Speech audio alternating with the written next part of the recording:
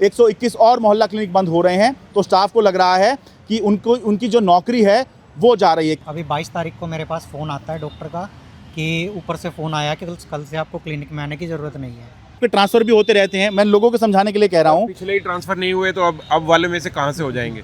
जो पिछले 31 थे उनमें से अभी पूरे लोग नहीं रिक्रूट हो पाए हैं ढंग से। अच्छा, तो हम लोग 121 कहाँ जाएंगे? मोहल्ला क्लिनिक जितने भी वर्किंग है, फंक्शनल है, सब पे इस चीज़ की मतलब डर है। तो आपको कैसे लग रहा है कि भाई आपके ऊपर खतरा है? ये मान लीजिए वो अगर है भी आपका वाला, जो पहले वाले मोहल्ला क्लिनिक थे उनके पास भी ऐसा ही ऑर्डर आया था, उनको भी घर पे बैठा दिया गया। बाकी गवर्नमेंट होती तो अपने एम्प्लॉय को दिवाली का गिफ्ट देती है, लेकिन इन्हें तो दिवाली के एक दिन पहले कह दिया कि कल से तुम्हें ड्यूटी पे नहीं आना है। ये पूरी तरह से अन्याय है, जिसके खिलाफ हम आवाज़ उठाएंगे, कोर्ट में भी उठा रहे हैं और ज़रूरत पड़ेगी तो जन आंदोलन भी होगा, हम करेंगे। नमस्कार, मैं हूं शरद शर्मा, आप देख रहे हैं शरद शर्मा ऑन ग्राउंड। दिल्ली सरकार ने 121 और मोहल्ला क्लिनिक बंद करने का फैसला किया है। इससे पहले मैंने आपको बताया था कि 31 मोहल्ला क्लिनिक बंद करने का फैसला दिल्ली सरकार ले चुकी है। अब जो 121 मोहल्ला क्लिनिक हैं, ये वो मोहल्ला क्लिनिक हैं जो पोटा केबिन में चल रहे हैं, और ये कहा गया है कि जिनके 1 किलोमीटर के दायरे में दूसरी हेल्थ फैसिलिटी है, जैसे कि आयुष्मान आरोग्य मंदिर है, या दिल्ली सरकार का कोई और हॉस्पिटल है, या फिर दिल्ली सरकार की डिस्पेंसरी है। तो अगर कहीं 1 किलोमीटर के दायरे में कुछ और है तो ऐसे 121 मोहल्ला क्लिनिक बंद किए जाएं। अब 31 पहले हो चुके हैं, तो जो शुरू से जो एक बात चल रही थी और जो वहाँ के स्टाफ के मन में डर आ रहा था कि हमको हटाया जाएगा, धीरे धीरे करके वो जो डर है वो मजबूत होता जा रहा है। और स्टाफ वैसे तो अदालत में अपनी लड़ाई लड़ रहा है, लेकिन अदालत के बाहर भी वो चाहते हैं कि उनकी बात सुनी जाए। खासतौर से अब जब 121 और मोहल्ला क्लिनिक बंद हो रहे हैं, तो स्टाफ को लग रहा है कि उनकी जो नौकरी है वो जा रही है। कैसे ये सब हो रहा है? मेरे साथ ये सारा मोहल्ला क्लिनिक का स्टाफ है जो पिछली केजरीवाल की सरकार के समय में रखा गया था। लेकिन पिछली केजरीवाल सरकार में रखे जाने का मतलब ये नहीं है कि ये जो हैं कोई कार्यकर्ता हैं आम आदमी पार्टी के, नहीं। इन सब का बाकायदा टेस्ट हुआ था, और टेस्ट के बाद ही आईपी यूनिवर्सिटी ने बाकायदा टेस्ट लिया था। पूरे सिस्टम के तहत ये लोग इनको नौकरी दी गई थी। तो इसलिए कोई अगर अपने मन में ये समझे कि भाई उस सरकार ने नौकरी दी थी, ठीक है भाई सेटिंग से आए होंगे, नहीं, ऐसा नहीं होता है। और अगर ऐसा ही है तो इसका मतलब फिर ये माना जाएगा कि अब जो सरकार किसी को नौकरी देगी तो क्या वो सेटिंग से देगी? ऐसा भी नहीं मानना चाहिए। अब सीधे मैं आता हूँ इन पर, क्या इनकी समस्या है जी, ये बताइए। आपका नाम बता दीजिए। रमित बिंद्रा मेरा नाम है। 121 जो मोहल्ला क्लिनिक बंद हो रहे हैं, उनमें आपका भी क्लिनिक है? बिल्कुल जी। तो आपको कुछ बताया गया है कि क्या होगा क्या नहीं होगा? आप रहेंगे नहीं रहेंगे नौकरी पर? हाँ, हमें जल्दी ही मतलब क्लिनिक बंद होने का जो लग रहा है, उसमें जो आदेश आया है उसके अंदर, और हमसे सामान की लिस्ट मांगी गई है कि क्या क्या आपके जो फर्नीचर्स वगैरह जो भी सामान है, हाँ, उसकी लिस्ट दीजिए ताकि वो अपने हैंड ओवर लें। अच्छा, तो इसमें नौकरी जाने की बात कहाँ पर आ रही है, मुझे ये बताइए। सर, बंद होने का तो पूरा ही आदेश है, उसके अंदर लिखा है साफ हाँ, कि क्लोज्ड वेरी सून। नहीं ठीक है, वो ऐसे आपके ट्रांसफ़र भी होते रहते हैं, मैं लोगों को समझाने के लिए कह रहा हूँ। पिछले ही ट्रांसफ़र नहीं हुए तो अब वाले में से कहाँ से हो जाएंगे? जो पिछले 31 थे उनमें से अभी पूरे लोग नहीं रिक्रूट हो पाए हैं ढंग से। अच्छा, तो हम लोग 121 कहाँ जाएंगे? तो पहले ये बता दीजिए, फिर जो 31 मोहल्ला क्लिनिक दिल्ली सरकार ने बंद किए थे, मुझे लगता है 1-2 महीने का समय हो गया है, अगस्त में मैंने रिपोर्ट किया था वो, तो क्या उनमें से लोग हटाए गए हैं, नौकरी खत्म की गई है उनकी? सर, घर बैठे हैं, मतलब नौकरी चली गई समझिए, क्योंकि उसकी वर्किंग नहीं हो रही है तो उसको पैसा नहीं मिल रहा है। अच्छा, ये जो बात बोल रहे हैं उसको मैं सरल करके बता दूं कि हो क्या रहा है कि लोगों को घर बैठाया जा रहा है। आपको लग रहा होगा घर बैठा रहा है, ठीक है, कोई बात नहीं, सैलरी तो आ रही है, नहीं। ये मोहल्ला क्लिनिक का जो स्टाफ है, इनका जो सैलरी मॉडल है वो ये है कि जब ये नौकरी करते हैं, यानी कि जब ये सर्व करेंगे, तब इनकी पर डे के हिसाब से जो सैलरी है वो कैलकुलेट होती है। और अगर इनको घर बैठा दिया तो इसका मतलब यह है कि उन्होंने सर्व नहीं किया तो सैलरी नहीं मिली, यानी कि आप अघोषित रूप से एक तरह से इनकी नौकरी जा रही है। सही कह रहा हूँ जी? बिल्कुल सही कह रहे हैं सर। आप यूनियन के प्रेसिडेंट हैं जिनके, आम आदमी मोहल्ला क्लिनिक यूनियन के? जितेंद्र कुमार सर। तो ये बताइए, आप लोग ये अभी हम खड़े हैं कैट के बाहर, सेंट्रल एडमिनिस्ट्रेटिव ट्रिब्यूनल के बाहर हम खड़े हैं। ये लोग अपनी लड़ाई अदालत में भी लड़ रहे हैं, और आज जब मैं रिपोर्ट कर रहा हूँ तब अदालत में इनकी तारीख भी लगी हुई थी, लेकिन अभी कुछ इस मामले में हो नहीं पाया है। बताइए जी, मामला कहाँ तक पहुँचा है और किस तरह का डर पूरे जितना भी आपका स्टाफ है, कितना स्टाफ है मोहल्ला क्लिनिक का, और किस तरह का डर अभी है? देखिए, अभी जो फिलहाल में हमारे पास स्टाफ है 2000 मोहल्ला क्लिनिक के अंदर स्टाफ हैं, हाँ, जो इस वक्त कार्यरत हैं। लेकिन जैसे पहले 31 मोहल्ला क्लिनिक बंद कर दिए, उनको घर बिठा दिया। घर बिठाने के बाद अब क्या है कि हमारा जो मॉडल है हाँ। वो पर पेशेंट के हिसाब से उनको सैलरी मिलती है। ठीक है। अगर वो घर बैठा हुआ है तो उसे कुछ नहीं मिलना, ठीक है। कब तक अपने बाल बच्चों को इस तरह से देखेगा? उसके घर में उसकी समस्याओं को नहीं देखना, जस्ट घर बिठा दें ताकि वो फ्रस्ट्रेट होकर के मोहल्ला क्लिनिक को अपने आप ही छोड़ दे। और टर्मिनेशन लेटर नहीं दे रहे किसी को, क्योंकि उन्हें पता है 2026 तक, हाँ। जो मार्च 2026 तक है वो पहले से ही ऑलरेडी स्टे मिला पड़ा है हमें इसी कैट से ही, कैट के थ्रू ही, कि किसी को भी निकाला नहीं जाएगा। हाँ। तो अब ये जो है, जो नीचे के अधिकारी हैं वो इतने स्मार्टली काम कर रहे हैं कि बस जस्ट 2-4 बंदों को आप बता दीजिए सीडीएमओ में कि किस तरह से इन लोगों को बिठाना है घर पे, ताकि अपने आप फ्रस्ट्रेशन होकर के छोड़ ही देगा। भाई जब बंदे को सैलरी नहीं मिलेगी तो क्या करेगा? वो घर पे ही बैठेगा और इसके बाद देगा दूसरी सैलरी या कोई दूसरी जॉब ढूंढेगा। हाँ। वहाँ अगर नहीं मिलती है तो भाई क्या करे? और ये हालात जो है इन्होंने जानबूझ करके बनाए हैं ताकि कैसे भी करके इस पूरे मॉडल को ध्वस्त कर दिया जाए।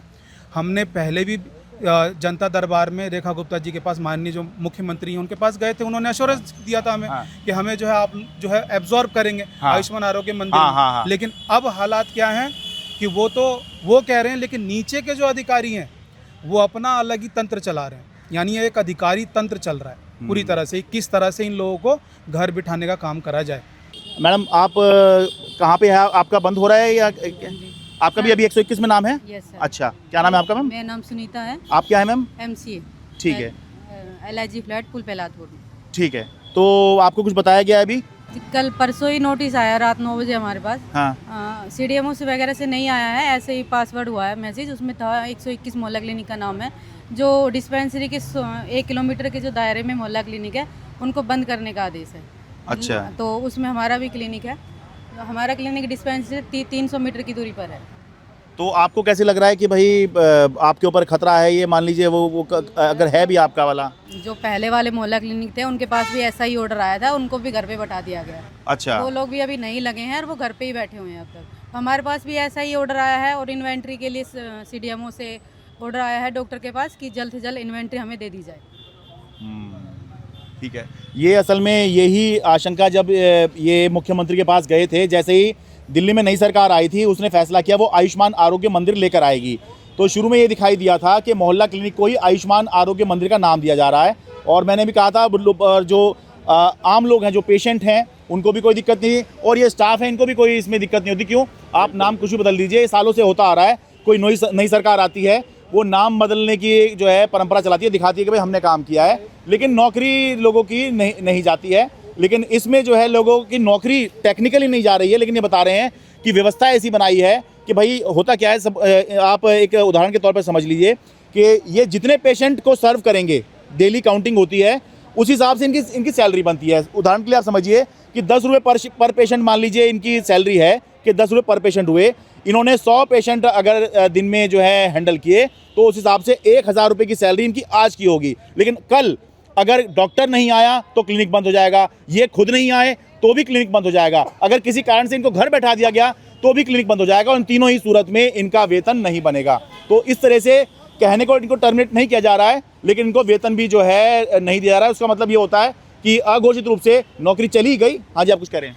मैं इसमें एक चीज़ और कंक्लूड करना चाहूँगा कि जैसे ये लोग कह रहे हैं ना कि भाई हम सबको हटा रहे हैं, हाँ। एक तरह से अघोषित रूप से, लेकिन आप इस बात की टेक्निकली समझिए कि आप एक कॉन्ट्रेक्चुअल एम्प्लॉई को दूसरे कॉन्ट्रेक्चुअल एम्प्लॉई से रिप्लेस नहीं कर सकते।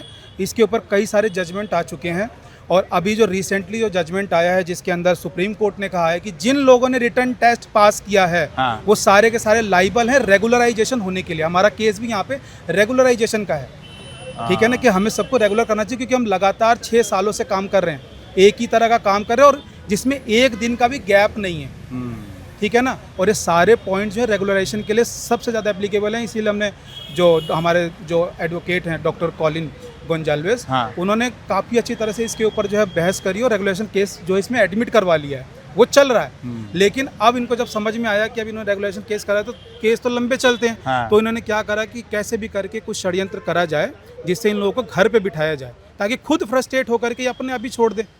और ये काम इन्होंने शुरू कर दिया। अब जैसे अब ये बोल रहे हैं कि भाई ये 1 किलोमीटर के दायरे में नहीं है, हाँ। लेकिन आप ये ध्यान दीजिए ना कि कई मोहल्ला क्लिनिक को ही कन्वर्ट किया गया आरोग्य मंदिर में, हाँ। ठीक है ना। तो वो 1 किलोमीटर के दायरे में नहीं था, वो क्या कर रहे हैं आप समझिए इनकी।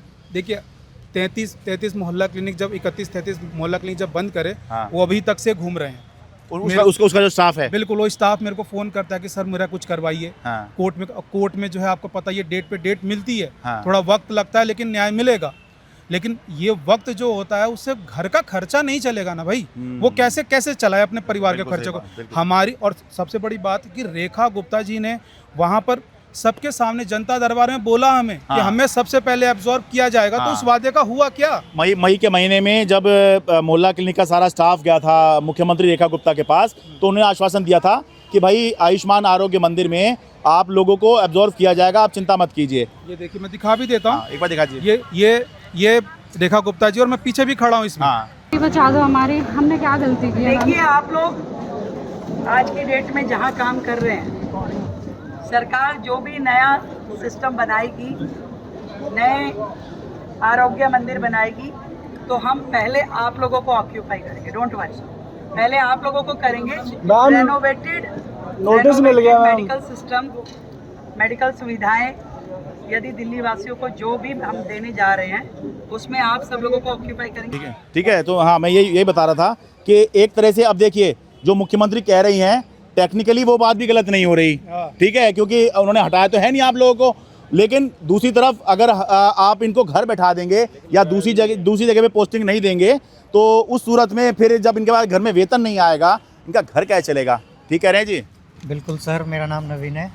मैं मोहल्ला क्लिनिक में वर्किंग हूँ। अभी 22 तारीख को मेरे पास फ़ोन आता है डॉक्टर का कि ऊपर से फ़ोन आया कि कल से आपको क्लिनिक में आने की ज़रूरत नहीं है। तो मैंने कहा कि सर ऐसे कैसे हो सकता है कि मुझे रिटर्न में कुछ दिया जाए या तो। हाँ। लेकिन उन्होंने कहा नहीं, आप CDMO में बात कर लीजिए। मैं तुरंत CDMO गया, जिनका नाम बताया गया था अंकुश सर का, उनके पास गया, बट वो उस दिन अब्सेंट थे, आए नहीं थे।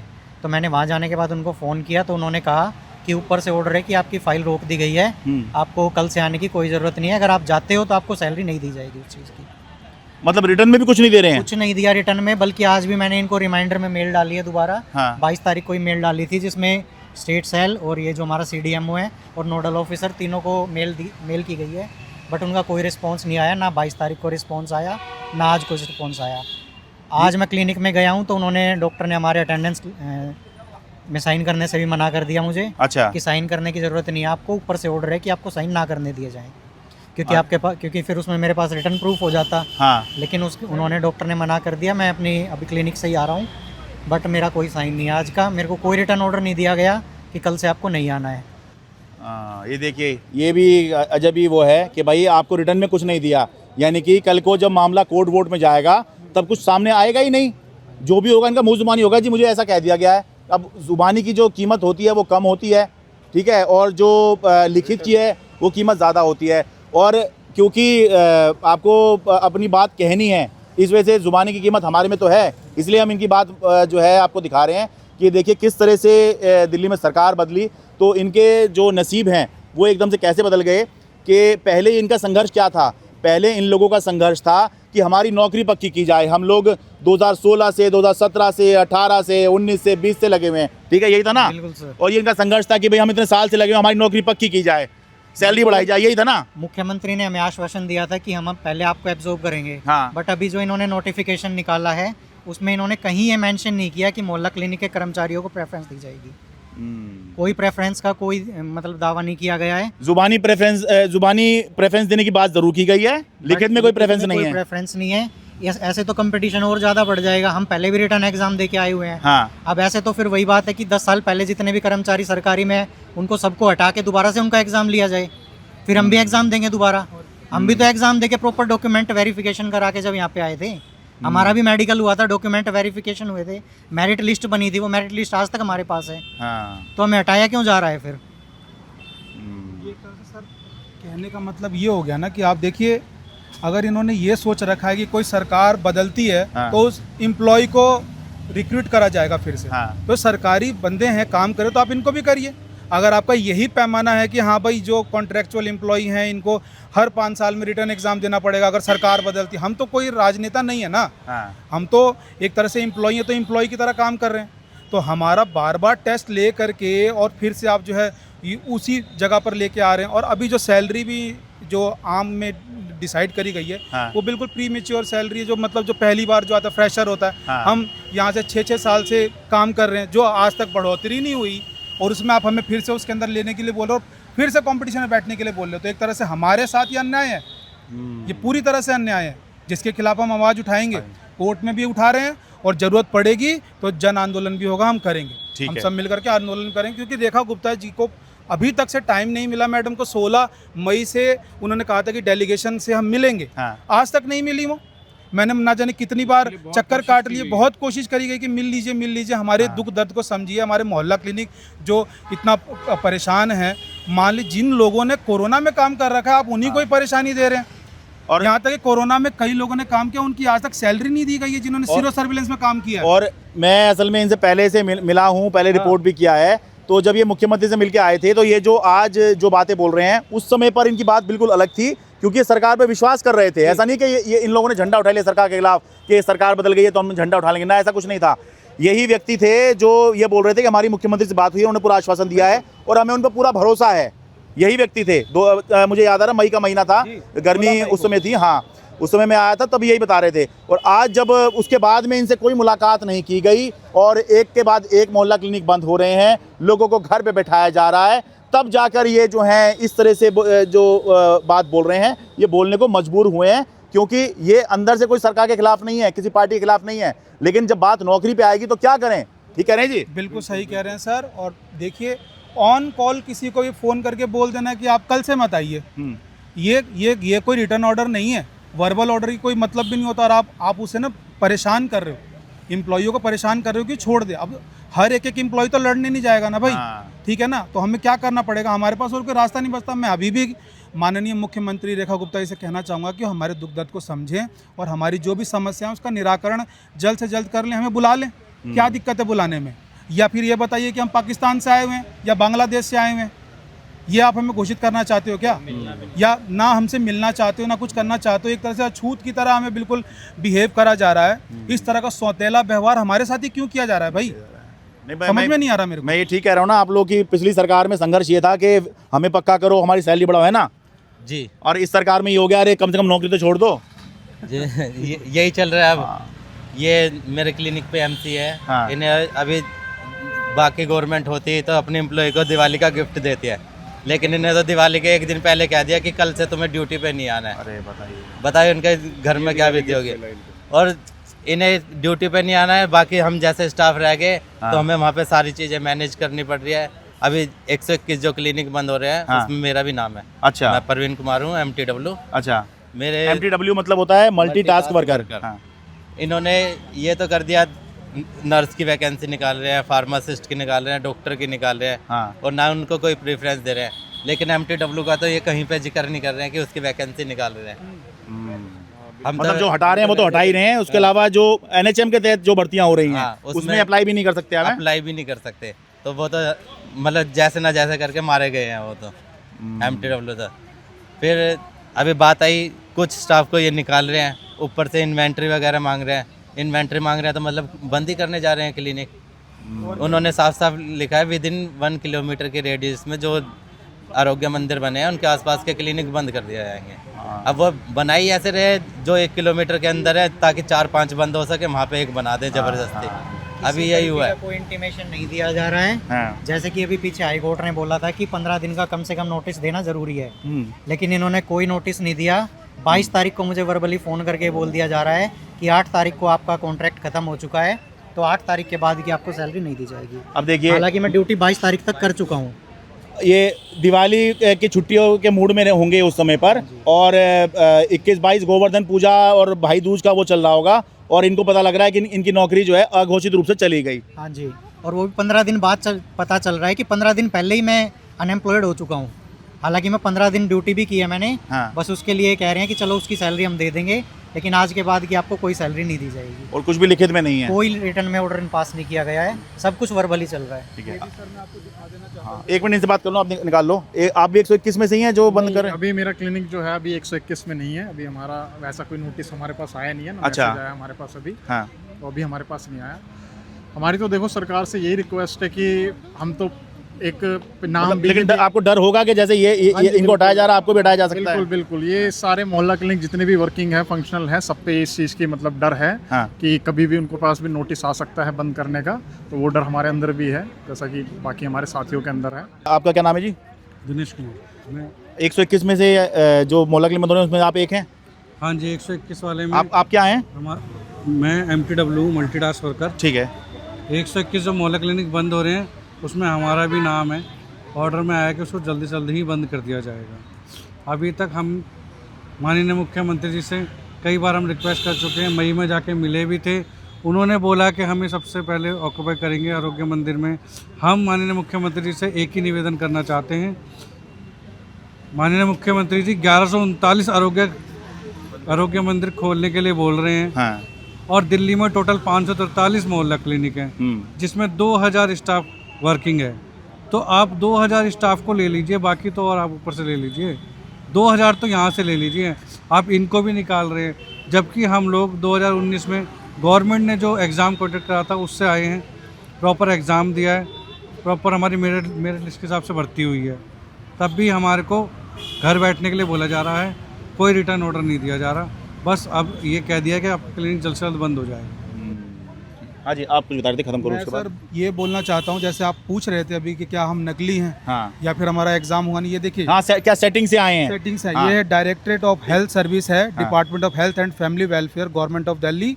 इन्होंने देखिए, ये उस समय 25/8/2019 को हमारा एग्जामिनेशन हुआ है और ये उसकी मेरिट लिस्ट है, रिटर्न एग्जाम की मेरिट लिस्ट है जिसके आधार पर हम आए हैं। और ये अभी भी उनकी साइट पर अपलोड है, आप चाहे तो वहाँ से भी ले सकते हैं। ठीक है ना, सरकार को सब पता होता है, अधिकारियों को सब पता है। हाँ। लेकिन एक होता है ना कि कोई द्वेष भावना हो कि भाई हमें इनको निकालना ही निकालना है, मन में आपने बैठा ही लिया है कि भाई करना ही करना है ये काम। हाँ। तो वो दिख रहा है अब। ठीक है, बहुत शुक्रिया जी। ये जो लोग हैं ये हेल्थ केयर वर्कर हैं।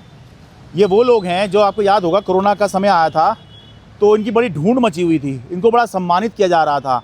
इन्हीं के लिए तालियां बज रही थी, थालियां बज रही थी, इन्हीं के लिए मोमबत्ती दिए जल रहे थे, आसमान से पुष्प वर्षा चल रही थी इन्हीं लोगों के लिए। हालत ये हो गई थी कि जो लोग first year, second year, third year, fourth year, जिनका MBBS भी पूरा नहीं हुआ था, डॉक्टरी पूरी नहीं हुई या जो पढ़ाई पूरी नहीं हो पाई, उन लोगों को भी जो है काम पे लगाने का जो है आदेश दिया जा रहा था, क्योंकि ये लोग थे ही नहीं। और आज जब समय बदल गया है तो ये इतने फालतू से लग रहे हैं क्या सरकार को कि भाई इनको ऐसे परेशान किया जा रहा है।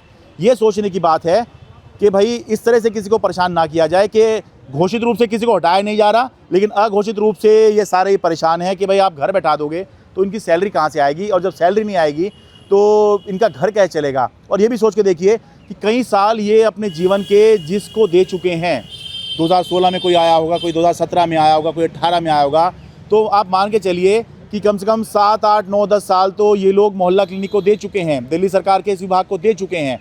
अब जब इनको यहाँ से हटाओगे तो इस उम्र में कितने लोगों को जो है दूसरी नौकरी मिल पाएगी, और कितने लोग मेंटली जो है मानसिक रूप से कहीं और नौकरी करने के लिए अपने आप को तैयार कर पाएंगे।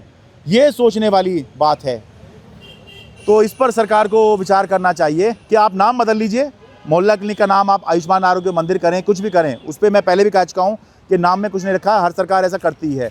लेकिन आप अगर स्टाफ को इस तरह से हटाएंगे जो कि अच्छे तरीके से टेस्ट देकर आया हुआ है, तो फिर जो है सवाल उठेंगे कि आप इनको क्यों हटा रहे हैं या ऐसे मोहल्ला क्लिनिक क्यों बंद कर रहे हैं। क्या इतनी बढ़िया, इतनी शानदार जो है दिल्ली के अंदर फैसिलिटी हो गई है हेल्थ की कि इतने सारे हो गए हैं कि सरकार को बंद करने पड़ रहे हैं? क्या सरकार के पास पैसा नहीं रहा ये मोहल्ला क्लिनिक चलाने के लिए, या सरकार के पास वो नीयत नहीं रही कि हम मोहल्ला क्लिनिक चलाएंगे? दोनों में से क्या बात है? ये सरकार को जो है जनता को बताना चाहिए, इन लोगों को बताना चाहिए, और ना भी बताएं तो कम से कम इन लोगों की नौकरी पर तो बात नहीं आनी चाहिए। दिल्ली से अपने कैमरा सहयोगी मुन्ना कुमार राम के साथ मैं शरद शर्मा। मेरे लिए बहुत आसान था, मैं स्टूडियो में बैठ के अपनी रिपोर्ट तैयार करता, आपको दिखा देता। मेरे लिए बहुत आसान था कि मैं 4 लोगों को बिठा के डिबेट करता, लेकिन मैंने ये चुना क्योंकि ज़मीन पर आकर आपकी समस्या दिखाना चाहता हूँ, आपके मुद्दे उठाना चाहता हूँ। जो खबर मैं आपको दिखाने वाला हूँ वो कोई न्यूज़ चैनल नहीं दिखाएगा। दूर से वाहन संघर्ष करते हुए आ रहे हैं सदर बाजार चौक। अरे ऐसा लग रहा है पूरी बिल्डिंग ही ना सील कर दी हुई है। चीज़ें वगैरह सस्ती मिलनी शुरू हुई आपको? हमें तो और महंगाई लग रही है।